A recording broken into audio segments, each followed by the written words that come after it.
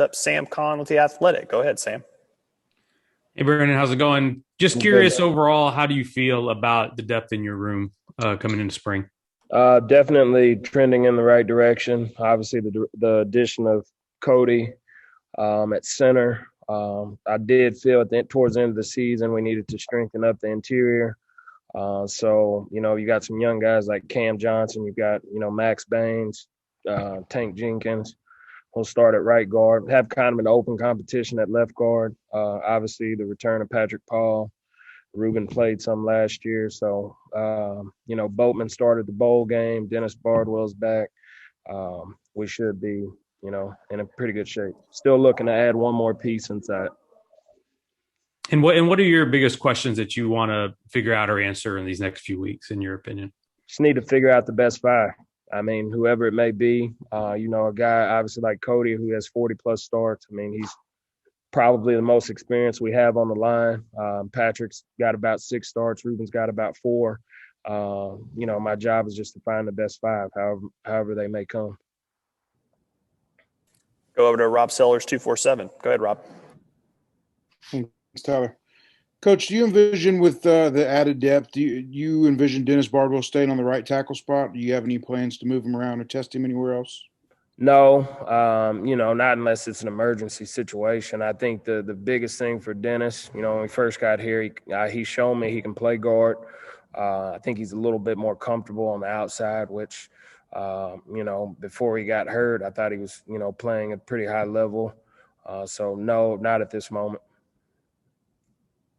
And also, if I could follow up real quick, just some of the younger guys we don't normally talk about during the season, just like your freshman tackles Bowman and Nana that you brought in last year, and also any progress on James Faminu from England. Obviously, I'm assuming he's still moving down the line in terms of learning the system, learning the game, and all that. Yeah, I still, James, he still has a little bit of work to do. Just trying to ease him into it.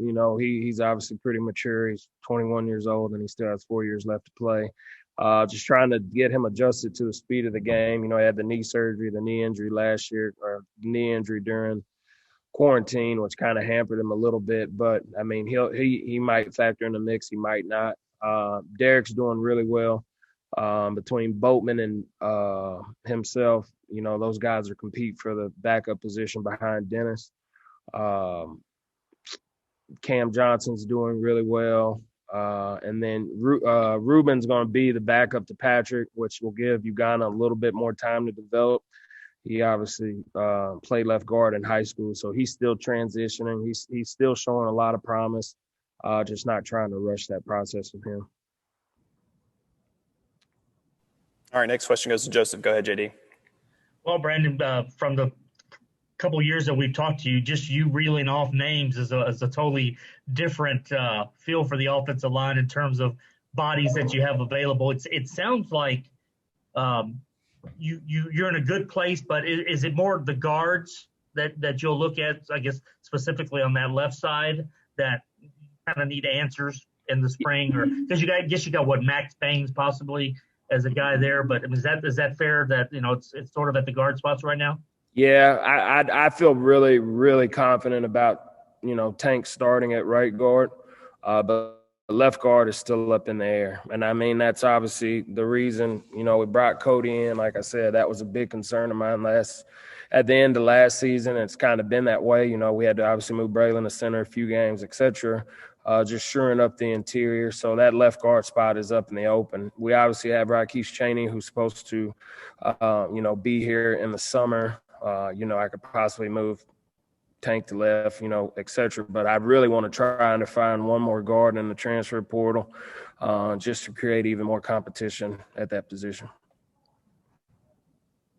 Dana mentioned to us that I believe, Cody, it's I don't know if it's like 4,000 career snaps or something. Mm-hmm. I mean, that's just an absurd amount of snaps. I mean, is that just – I mean, you can't – when you get a guy, you can't teach. I mean, that's just experience.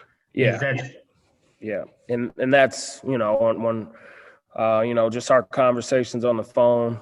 He was going to declare for the draft. His grade wasn't as high as he wanted to. He wanted a fresh start. It was kind of a blessing for us to get him, and he's been nothing but good. He's a leader. He's a 2-time leader at La Tech.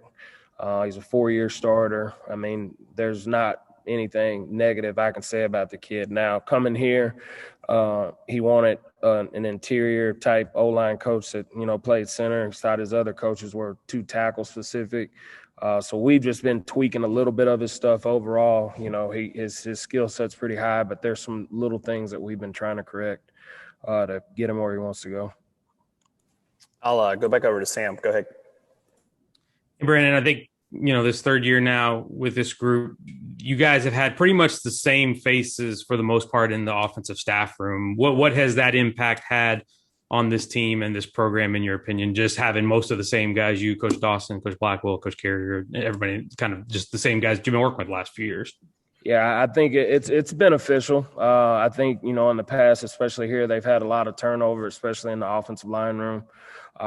For me, and it's similar for me, I've been multiple places. I've been there 2 years, but the best offensive line I've ever had was at East Carolina, and I was there for 5 years. I got to see those kids through. So me in particular, it's only going to benefit my kids. They know my expectations. They know how I coach. But us as a staff and continuity-wise, we're more so than ever. We're all on the same page now. We don't have any hidden agendas. We know we've been really, really average on offense, and we're going to fix it.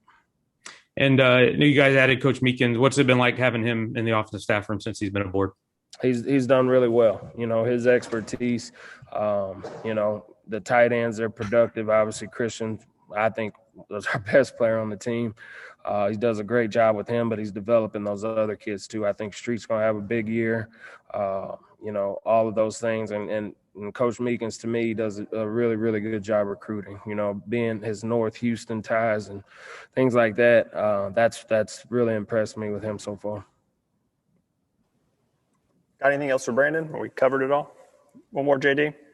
Brendan, how just wondering, how have you felt? I know this has been a tough deal for everybody going through the pandemic and stuff and some of the measures, but you guys have done a really good job of keeping everybody safe, everything good with you, and how have you kind of adjusted to, still doing your job, but it's sort of still the mental part of everything and all the, stuff like that.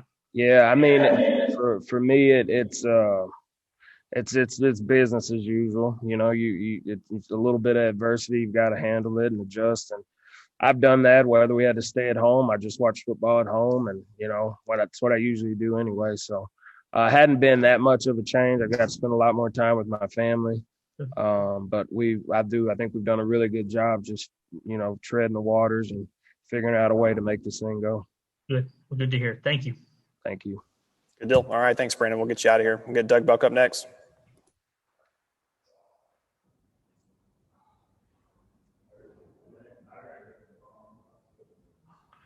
Can't get used to hearing Sam Kahn from The Athletic. The other day when I was doing an interview, I think it was yesterday, I almost said ESPN, and I was like, whoops. All right. Have defensive coordinator Doug Belk up for everybody. We'll throw your hands up and we'll get started, and we'll go to